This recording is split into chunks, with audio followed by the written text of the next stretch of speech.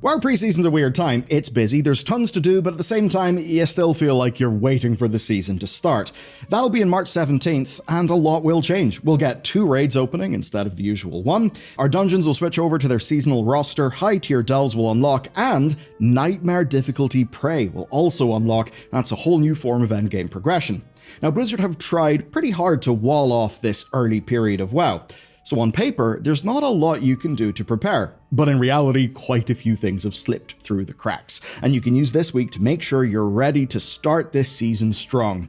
That way, you'll be able to join the elite early groups, you'll get flawless dungeon runs, 0 frustration raid clears, all the stuff you could possibly want.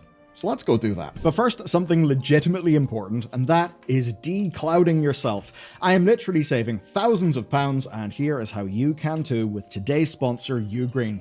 They have a new NAS that is designed for beginners, and it's absolutely brilliant. Now let me talk some real numbers, right?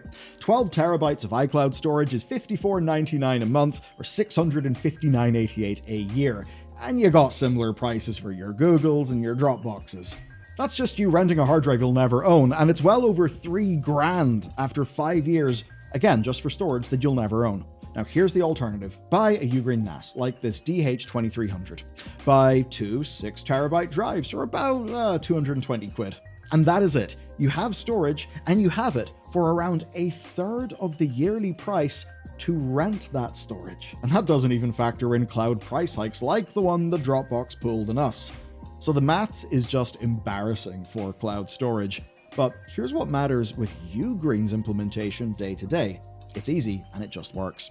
You can NFC tap to connect your phone, your files will be synced across all your devices, your phone, your laptop, whatever. It can take up to 60 terabytes, and for the real clever bit, the 4K 60Hz HDMI output means it'll also act as a proper media server, so you can play your own content with no compression and no platform restrictions.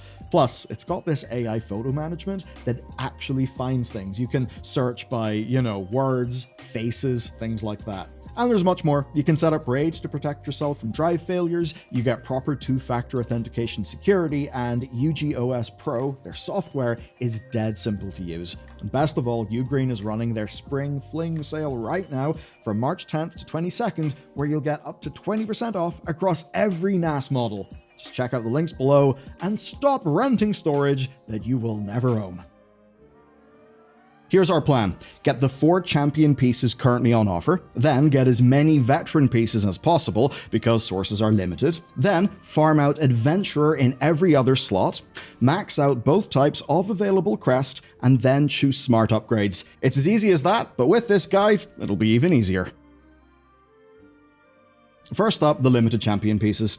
Hit those renown levels and you'll unlock quests at the Renown Quartermasters. Each quest will ask you to do the related weekly event, which you'll want to do anyway. Lorthamar's World Tour quest will also give you a spark for crafting, and if you don't have the needed renown, it's pretty easy. You can just hit up the side quests in each zone for the fastest boost. The best thing about this is you'll unlock the renown you need by simply enjoying the game, and because warbands are account-wide, it'll be really easy on your alts as well. And if you need an extra rep boost, remember that Haldoran's weekly dungeon quest is fantastic. It gives you 1000 renown each week for a faction of your choice. And of course, while you're visiting Haldoran, also finishing Liadrin's quest will get you an Apex cache. This will be veteran whenever the season starts, but right now it's just more adventurer gear and quests. But more importantly, she'll give you a second spark. So, by now, you'll have 2 sparks, you'll have 4 bits of champion gear, and with that done, it's time to start rolling the dice. The next step is getting veteran gear, and sadly, this is where RNG can and will screw you. Your first 2 hard prey hunts will give you random pieces, so take this handy little shortcut down to Astralore. If you haven't unlocked hard, don't worry, you just need to finish this quest by doing a single normal hunt, so do that and then finish 2 hard hunts to get veteran boxes. And if you want this to take less than 15 minutes, here's what we learned, basically the fastest way to do things. It's to disarm traps, click crystals, farm the ambushes, so whenever you get an ambush, fight them off, but then look for the little bit of red mist, go to the red mist, click on it, and you'll get even more progress. And if you focus hard on doing those things, you can get your hunts down to less than 5 minutes. Seriously, it is that quick. But you may be thinking, what if I don't find enough traps? Well, actually, don't worry, because whenever you start a hunt, you'll get a prey-specific world quest. the area around that world quest will have the highest density of traps for you to disarm. Disarming them gives a crazy amount of progress for just a few seconds of work, and disarming the traps has got a high chance of triggering an ambush, which is even better. You can then use the disarmed trap to instantly win that ambush fight.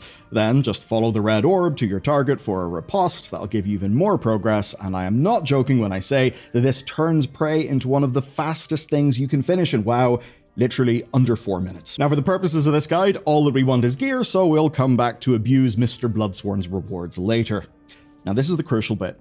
Before you open your boxes, light a candle and pray. Because they can drop items in slots that you already have covered with champion pieces.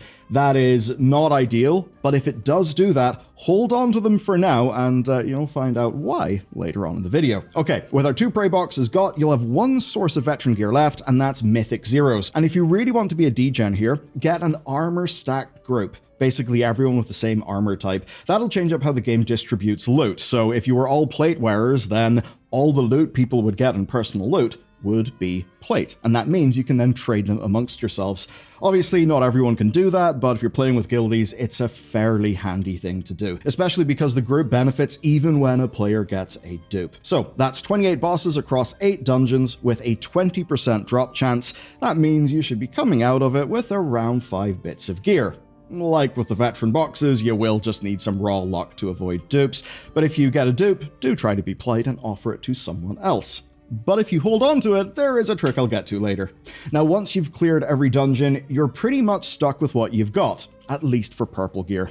Now, you could craft something with your sparks. Don't recommend it though, that would be a waste.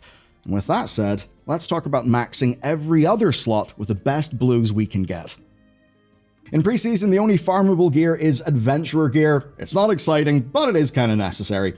You'll have a bunch from the weekly events already, but you'll probably have a few slots to fill. Now, you could do normal prey, but only the first 2 of the week will drop gear. Heroic dungeons are another option, but a whole slow dungeon for a small chance of loot is really not the most fun. Your best bet is just doing world quests throughout the week. After that, and assuming you've got a decent DPS spec, go do delves. They don't guarantee drops, but tier 7 delves are nice and quick, and they've got a chance to drop Adventurer 2 out of 4 gear, and as you do them, you'll be leveling up Bellular, which is always handy. Now, you can also get lucky doing delves because they still drop Warbound gear as a bonus, which could be nice for alts. And if the tier 7s take too long or are too difficult, then you can just blast out tier 4s for Adventurer 1 out of 6 gear instead. You can pick any delve you want, or rotate them if you like variety, but there is a clear favorite right now. It's Collegiate Calamity because it is reliably fast to do. Its tiny size means you've got a lot of combat uptime, especially in the variant that lets you just grenade the entire first room. So for those, set Valera to tank, pick your AoE build, and go to town. So with this, you'll be grinding out your choice of content till you've got adventurer gear or better in every slot. And once you've done that, the good news is you can get a good bit stronger pretty much for free. Now for the fun bit, upgrading all our gear. And this time it's a bit different because Valor Stones are thankfully dead. All you need is 20 crests and a pittance of gold. This makes upgrading feel a whole lot better, though right now you've only got access to adventurer and veteran crests. You'll already have stacks of both from your gaming so far, so basically it's time to spend. Now theoretically, it is most efficient to save your veteran crests and not spend them. This is for 2 reasons. First, whenever Season 1 drops, you can use them on any pieces that you don't replace right away, and that will save you in the long run. It would feel pretty bad to lose all of these crests and then get a nice drop in Season 1 and find, oh, well, there goes all my veteran upgrades. But that's only the first reason. The second reason is one that slipped under Blizzard's radar, and that is you can use veteran crests to save on champion crests. And this is why I said you should save veteran gear that you don't need. So let me explain how it works. Your champion 1 out of 6 gear that you got from the 4 renowns is item level 246. To get that to level 250, you need to spend 20 champion crests. But veteran 6 out of 6 gear is item level 250. So if you get a veteran item up to level 250 using veteran crests, then that will trigger a free upgrade on the champion item that it replaced. And that means you can get your champion item to level 250 for free.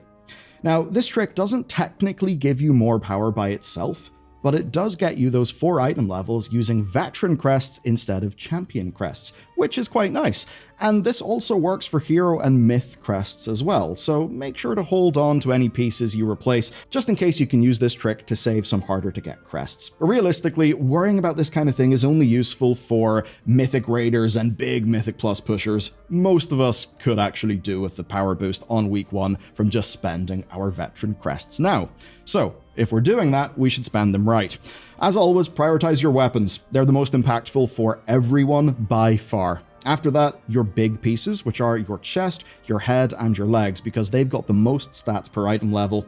Then your mid-tier, that's your shoulders, waist, hands, feet, and trinkets, if your trinkets are good. And the last slots to work on then for your upgrades should be your bracers and any jewelry. That's because bracers scale the worst of any gear, and jewelry does not have any primary stat. And with how low the scaling is right now, upgrading an adventurer ring might not even give you any more secondaries.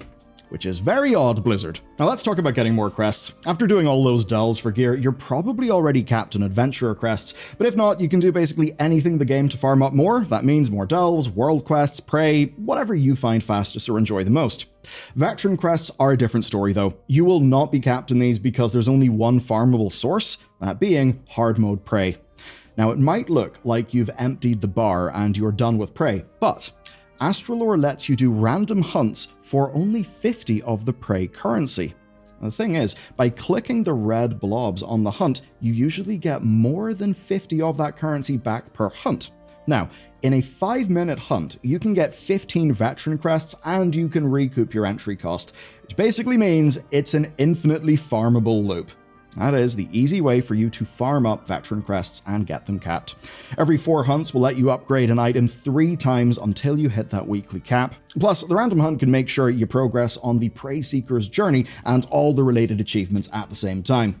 And I've got a quick tip. If you're running low on Anguish, just pick the 60 Anguish reward over the crests. That'll let you stockpile and grab more crests next time, or of course just farm up the transmogs.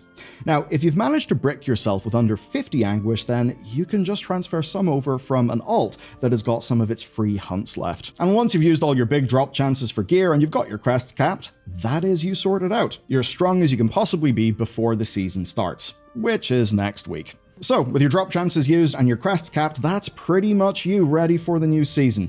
Now, that is when the real gearing will go live, where we can really get our characters powerful. We will have a full guide ready for that. It'll cover crafting, crests, all the different drops. It'll make things easy. But in the meantime, while you've got some time, did you know that some players are boycotting flying in Midnight? They're having a massive amount of fun. They're revealing actually just how good a job Blizzard have done on a lot of the details that most of us have missed. So, we sent one of our guys off to investigate. Here's the video.